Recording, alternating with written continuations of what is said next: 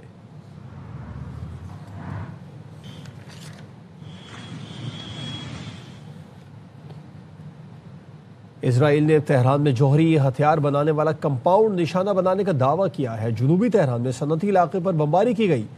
اسرائیل نے اصفہان، کاشان، شیراز سمیت دیگر شہروں پر بھی بم گرائے۔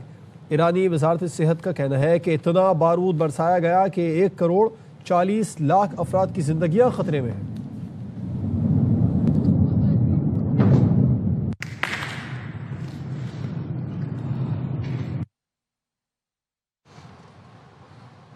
اور ایران نے متحدہ عرب امارات، سعودی عرب اور کویت میں ڈرون حملے کیے۔ کویت ایئرپورٹ پر حملے میں کئی ڈرون مار گرائے۔ کویت میں رہائشی عمارت پر ڈرون گرنے سے 2 افراد زخمی ہوئے۔ ایران نے ریاض کے ڈپلومیٹک انکلیو پر ڈرون حملہ کیا جنہیں مار گرایا گیا۔ سعودی وزارت دفاع نے بتایا مشرقی علاقے میں 18 ڈرون روکے گئے۔ شیبہ آئل فیلڈ کے قریب بھی 2 ڈرون ناکارہ بنائے گئے۔ ایران کی جانب سے دبئی کے کریک ہاربر کے قریب عمارت پر ڈرون حملہ کیا گیا۔ ڈرون گرنے سے عمارت میں آگ لگ گئی تھی۔ ابوظہبی کے پرانے ایئرپورٹ پر پروجیکٹائل حملہ ناکام بنا دیا گیا۔ ایران نے جبل علی بندرگاہ میں بحری جہاز کو بھی پروجیکٹائل سے نشانہ بنایا۔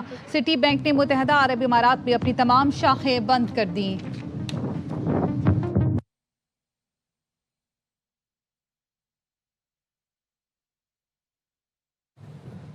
ایرانی حملوں میں 17 امریکی مقامات کو نقصان پہنچایا۔ ان میں 11 فوجی اڈے یا فوجی تنصیبات ہیں۔ امریکی اخبار نیو یارک ٹائمز نے سیٹلائٹ تصاویر جاری کر دی ہیں۔ رپورٹ میں بتایا گیا ہے کہ امریکی حملوں میں مشرق وسطی میں امریکی تنصیبات کو بڑے پیمانے پر نقصان پہنچا۔ ایران نے ان امریکی اہداف پر ڈرون اور میزائل حملے کیے۔ حملوں کی شدت سے پتہ چلتا ہے کہ ایران اس جنگ کے لیے ٹرمپ انتظامیہ کے اندازوں سے کہیں زیادہ تیار تھا۔ Welcome back. بات کریں گے بھارت میں گیس بحران شدت اختیار کر گیا۔ احمد آباد میں LPG سلنڈر کی قلت کے باعث شہری گھنٹوں قطاروں میں کھڑے رہنے پر مجبور۔ مشرق وسطی میں جاری جنگ اور توانائی سپلائی متاثر ہونے کے بعد ملک کے مختلف شہروں میں گیس کی فراہمی کم ہو گئی، جس کے باعث دلی، لکھنؤ اور نوئیڈا سمیت کئی علاقوں میں بھی گیس ایجنسیوں کے باہر لمبی قطاریں لگ گئیں۔ شہریوں کا کہنا ہے طویل انتظار کے بعد بھی خالی ہاتھ گھر جانا پڑتا ہے۔ بعض مقامات پر خریداروں میں گرما گرمی بھی دیکھنے میں آئی۔ کئی شہروں میں ریسٹورانٹس کے چولہے ٹھنڈے پڑ گئے۔ LPG کل ہی ختم ہو گئی۔ کل ہی ختم ہو گیا۔ اور آپ لکڑی پہ کب سے بنانا شروع کیا؟ کل سے ہی بنانا اسٹارٹ کیا۔ LPG نہیں آئے تو ہم الیکٹرک سے تھوڑا دیکھنے کے لیے سوچ رہے ہیں کہ ہم بلاک میں بھی پوچھا تو بھی 4,500 دیتا تو بھی نہیں دے رہے ہیں۔ پورے دکان میں لکڑی مل رہا ہے، وہ بھی بہت مہنگا ہی مل رہا ہے۔ 3 ٹن لیا تھا 20,000 روپے میں لیا تھا۔ یہاں صبح 5 بجے سے آیا ہوا ہوں۔ میرے کو دقت لگی، 150 باٹلے آئے ہیں، تو میں خود ابھی روانہ ہونے کے چکر میں ہوں گھر پہ، کیونکہ باٹلا نہیں مل رہا ہے۔ ابھی باٹلے پورے 100 ہے، انسان 150 ہے، تو باٹلا پورے نہیں پڑ رہے۔ یہ سمسیا ہے، سرکار کو تھوڑی سمجھنی چاہیے۔ ایرانی فوج کے ترجمان بریگیڈیئر جنرل ابو الفضل شکارچی کا کہنا ہے کہ دنیا $200 فی بیرل خام تیل خریدنے کے لیے تیار رہے۔ شکارچی نے کہا کہ تیل کی قیمتوں کا دار و مدار علاقائی سلامتی پر ہے، جسے امریکہ نے غیر مستحکم کر دیا۔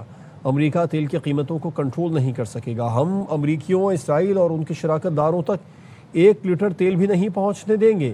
کوئی بھی بحری جہاز یا ٹینکر جو ان کی جانب جائے گا وہ ہمارا جائز ہدف ہوگا۔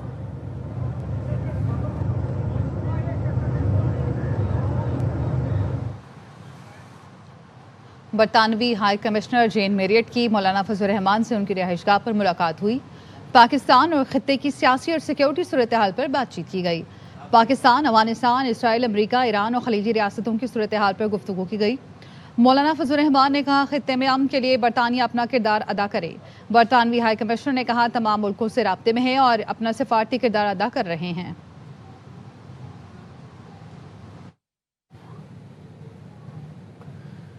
چیئرمین پاکستان علماء کونسل حافظ طاہر محمود اشرفی کہتے ہیں کہ کل ملک بھر میں یوم القدس منایا جائے گا۔ اسرائیل نے فلسطینی نمازیوں پر مسجد اقصی کے دروازے بند کر دیے۔ مسجد اقصی کی جانب جو ہاتھ بڑھے گا اسے شیعہ اور سنی مل کر روکیں گے۔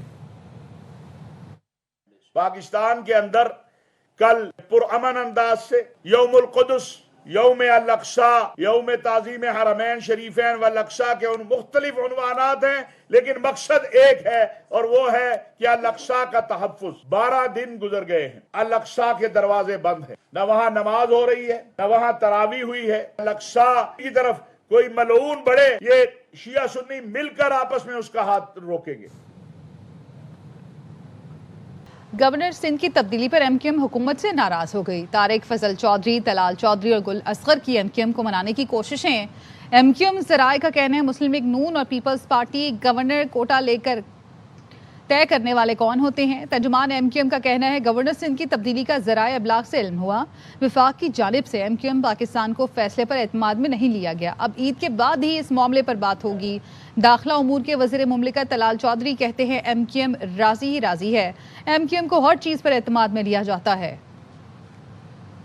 راضی ہیں اعتماد میں نہیں لیا جاتا، نہیں پورا اعتماد، راضی ہیں اعتماد میں نہیں لیا جاتا، نہیں پورا اعتماد۔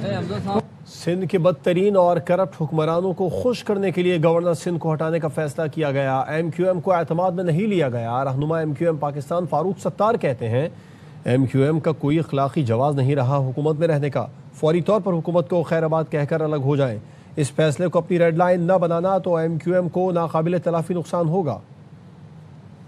سندھ کے بدترین کرپٹ ترین حکمرانوں کو خوش کرنے کے لیے فیصلہ کیا گیا، بالا ہی بالا فیصلہ کیا، ایم کیو ایم کو نہ اعتماد میں لیا گیا نہ مشورہ کیا گیا۔ اب ایم کیو ایم کا کوئی اخلاقی جواز نہیں ہے اس حکومت میں رہنے کا، فی الفور حکومت کو خیر بات کہہ کے حکومت سے علیحدہ ہو جانا چاہیے۔ اس فیصلے کو ہم نے اپنی ریڈ لائن نہ بنایا تو ایم کیو ایم کی سیاسی ساکھ کو ناقابل تلافی نقصان پہنچے گا۔ کامران ٹسوری کی تبدیلی، گورنر ہاؤس میں افطار کے لیے آئیں خواتین روتے ہوئے سٹیج پر چڑھ گئیں، کامران ٹسوری کے حق میں نعرے لگاتی رہیں۔ ٹسوری نے کہا کس نے ہٹایا، کس کے کہنے پر ہٹایا سب جانتا ہوں، چھیڑو گے تو نہیں چھوڑیں گے، ابھی تو پارٹی شروع ہوئی ہے۔ فاروق ستار کے علاوہ میری پارٹی میں کسی نے آواز نہیں اٹھائی، ان کی کوئی مجبوری ہو۔ ایم کیو ایم کے سینیٹر فیصل سبزواری کہتے ہیں خطے میں پہلے ہی کشیدہ صورتحال ہے، غیر ضروری کشیدگی نہیں چاہتے، وزیر اعظم نے جو فیصلہ کیا اس کی کوئی منطق یا ضرورت ہوگی، گورنر سندھ کو ہٹانے سے پہلے ایم کیو ایم کو اعتماد میں نہیں لیا گیا۔ خالد مقبول صدیقی صاحب سے میں نے رابطہ کیا تھا تو انہوں نے بتایا کہ اس وقت یہ فیصلہ کیا گیا ہے کامران ٹسوری صاحب کو ہٹانے کا اور نہال ہاشمی صاحب کو لگانے کا، اس پر تو ہمیں اعتماد میں نہیں لیا گیا تھا۔ آپ سمجھتے ہیں اس سے سیاسی جو صورتحال ہے اس میں کوئی کشیدگی وغیرہ ہوگی؟ ابھی تو خطے میں کشیدگی ہے، ہم غیر ضروری کشیدگی ہم بھی نہیں چاہتے۔ وزیر اعظم صاحب سے جو بھی فیصلہ کریں یقیناً اس میں کوئی منطق ہوگی، کوئی دلیل کی ضرورت ہوتی ہوگی، تو اس میں ایم کیو ایم سے رابطہ پہلے قدم اٹھانے سے پہلے ہو جائے تو پھر ایسے معاملات نہ ہوں۔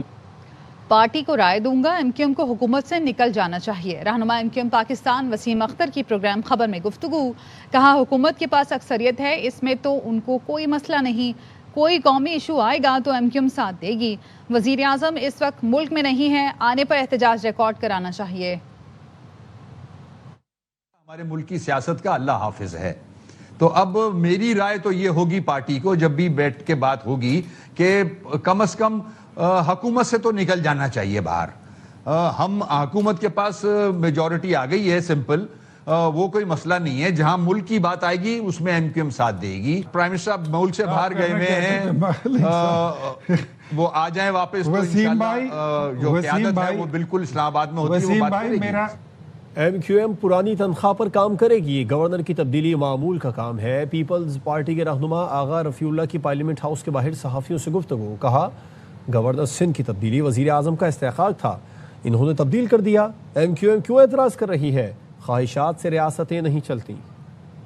نارمل روٹین کی پرائم منسٹر کا استحقاق تو انہوں نے چینج کر دیا، ایم کیو ایم کیوں اعتراض کر رہی ہے؟ یہ کیا بات ہے؟ خواہشات پہ تھوڑی ریاستیں چلتی ہیں۔ لگتا ہے ایم کیو ایم گورنمنٹ سے قطعاً اسی تنخواہ پہ کام کریں گے، کہیں نہیں جاتے یہ۔ وزیر اطلاعات سندھ شرجیل میمن کہتے ہیں گورنر کی تقرری وزیر اعظم کی ثوابدید ہے، ہمارا اس فیصلے سے کوئی لینا دینا نہیں ہے۔ گل پلازا متاثرین کو ایکسپو سینٹر میں 500 سٹال بنا کر دیے ہیں، اگلی عید پر یہ متاثرین اپنی دکانوں میں کاروبار کریں گے۔ ہم ان کو بھی ویلکم کرتے ہیں اور ہمارا کسی سے کوئی جو ہے اختلاف، سیاسی جھگڑا لڑائی کسی سے نہیں ہے، ان کے ساتھ سندھ گورنمنٹ کوآپریٹ کرے گی، پہلے گورنر کے ساتھ بھی ہم نے کوآپریٹ کیا۔ یہ پرائم منسٹر کا ثوابدید اختیار ہے کہ کس کو لگائے، پی ایم ایل این کا اپنا فیصلہ ہے اس کا، It's nothing to do with us.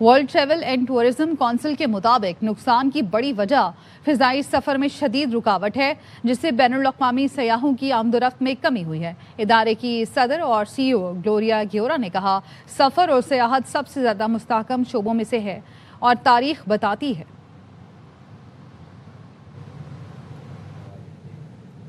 اسلام آباد کے ہوٹل میں شوکت خانم میموریل کینسر اسپتال کے لیے فنڈ ریزنگ ایونٹ ہوا۔ شرکا نے ملک میں کینسر کے خاتمے کے لیے اسپتال کے کردار کو سراہا۔ فنڈ ریزنگ ایونٹ میں مختلف شعبوں سے تعلق رکھنے والے افراد نے شرکت کی۔ ملک میں کینسر کے خاتمے کے لیے شوکت خانم اسپتال کی ریسرچ، علاج، معالجے کی صلاحیتوں اور خدمات کو سراہا۔ تقریب کے دوران کینسر سے صحت یاب افراد کی زندگیوں پر دستاویزی فلم بھی دکھائی گئی۔ شرکا نے خصوصی ڈونرز ڈیسک پر ادارے کے لیے اپنے عطیات جمع کرائے۔ اور چمن میں قبائلی عوام نے پاکستان کی مسلح افواج کے آپریشن غضب للحق کے حق میں یکجہتی ریلی نکالی۔ ریلی کے شرکا نے پاک فوج کے حق میں بینرز اور پلے کارڈز اٹھا رکھے تھے۔ اس موقع پر فضا پاکستان زندہ باد، پاک فوج زندہ باد کے نعروں سے گونج اٹھی۔ اختر گلفام کی رپورٹ۔ چمن میں قبائلی عوام نے پاک فوج کی حمایت اور آپریشن غضب للحق کے حق میں یکجہتی ریلی کا انعقاد کیا گیا۔ ریلی کے شرکاء مختلف شاہراہوں سے گزرے۔ قبائلی عوام نے پاک فوج زندہ باد کے فلک شگاف نعرہ بازی کی۔ چمن کے عوام نے ثابت کر دیا کہ ہم اپنے پاک فوج کے ساتھ فرنٹ لائن پہ کھڑے ہیں اور کسی بھی قسم قربانی سے دریغ نہیں کریں گے۔ جب بات آتی ہے ملکی سالمیت کی تو ہم سارے اکٹھے ہو کے ایک قوم ہو کے ان کے پاک افواج کے ساتھ دیوار کی طرح کھڑے ہو جاتے ہیں۔ پاک فوج کے ساتھ چمن کے قبائل ایک ساتھ ہے اور شانہ بشانہ کھڑے۔ مقررین کا خطاب میں کہنا تھا کہ پاک فوج دنیا کی بہترین اور بہادر فوج ہے۔ وطن عزیز کے لیے افواج پاکستان کی عظیم قربانیوں کو ہمیشہ یاد رکھا جائے گا۔ ریلی کے شرکاء سے خطاب میں مقررین کا کہنا تھا کہ ملک کا بچہ بچہ افواج پاکستان کے ساتھ شانہ بشانہ کھڑا ہے۔ کسی دشمن ملک کو یہ جرأت نہیں کہ وہ پاکستان کو میلی آنکھ سے دیکھ سکے۔ کیمرہ مین آیات اللہ کے ساتھ اختر گلفام، ARY نیوز، چمن۔ برطانوی پارلیمنٹ میں موروثی سیاست کا خاتمہ۔ پارلیمنٹ نے قانون سازی کے ذریعے ہاؤس آف لارڈ کے 1000 سال پرانے اس قانون کو ختم کر دیا۔ لندن میں موجود ہیں ہمارے نمائندے فرید قریشی، ہمیں مزید اپڈیٹ کریں گے۔ فرید بتائیے۔ موروثی سیاست ہمیشہ کے لیے ختم ہونے جا رہی ہے اور ہاؤس آف لارڈز کے 92 ممبرز ایسے ہیں جنہیں موروثی سیاست کی بنیاد پر یہاں پہ لایا گیا تھا۔ لارڈ صاحب، یہ کتنی بڑی خبر ہے ہمارے لیے، آپ کے لیے؟ تاریخی یہ وقت ہے، آپ کہہ سکتے ہیں۔ یہ ہاؤس آف لارڈ جو ہے یہ کم و بیش 1000 سال پہلے اس کو موجودہ جو شکل ہے اس میں اس کو ترتیب دیا گیا تھا۔ تو اس کے بعد جو بھی لارڈز کے ممبر بنتے رہے ان کو یعنی ہیریڈیٹری وہ موروثی جس کو آپ کہتے ہیں وہ ہوتے تھے، یعنی باپ ہوتا آتا، اس کے بعد اس کا بیٹا، اس کا پوتا۔ جب قانون بنا 99 میں، دلچسپ بات یہ ہے کہ انہوں نے تبرک کے طور پر 92 سیٹیں انہوں نے پھر بھی رکھ لی ان کی۔ مارچ 2026 میں اس قانون سازی کو مکمل کیا ہے اور وہ 92 سیٹیں جو ہیں اب ختم کر دی گئی ہے۔ ہم یہ کہہ سکتے ہیں کہ جو موروثی سیاست ہے اس کا خاتمہ، مکمل خاتمہ اب ہونے جا رہا ہے برطانوی پارلیمنٹ۔ بالکل، آپ یہ صحیح کہہ سکتے ہیں، تقریباً 1000 سال کے بعد۔ اچھا، برطانوی جمہوریت نے بالآخر موروثی سیاست کا خاتمہ کر دیا ہے اور ابھی کے بعد یہ جو سیشن ختم ہوگا پارلیمنٹ کا، اس کے بعد کوئی بھی اپنے باپ دادا کی بنیاد پر اس پارلیمنٹ میں نہیں آ سکے گا۔ یوئیفا چیمپئنز لیگ میں پیرس سینٹ جرمن کا شاندار کھیل۔ پی ایس جی نے چیلسی کو 2 کے مقابلے میں 5 گول سے شکست دی۔ ریال میڈرڈ نے مانچسٹر سٹی کو 3-0 سے آؤٹ کلاس کیا۔ فیڈریکو کی ہیٹ ٹرک نے ٹیم کو کامیابی دلائی۔ نیوز بلیٹن سے فی الوقت اتنا ہے۔ مزید خبروں اور اپڈیٹس کے لیے دیکھتے رہیے ARY نیوز۔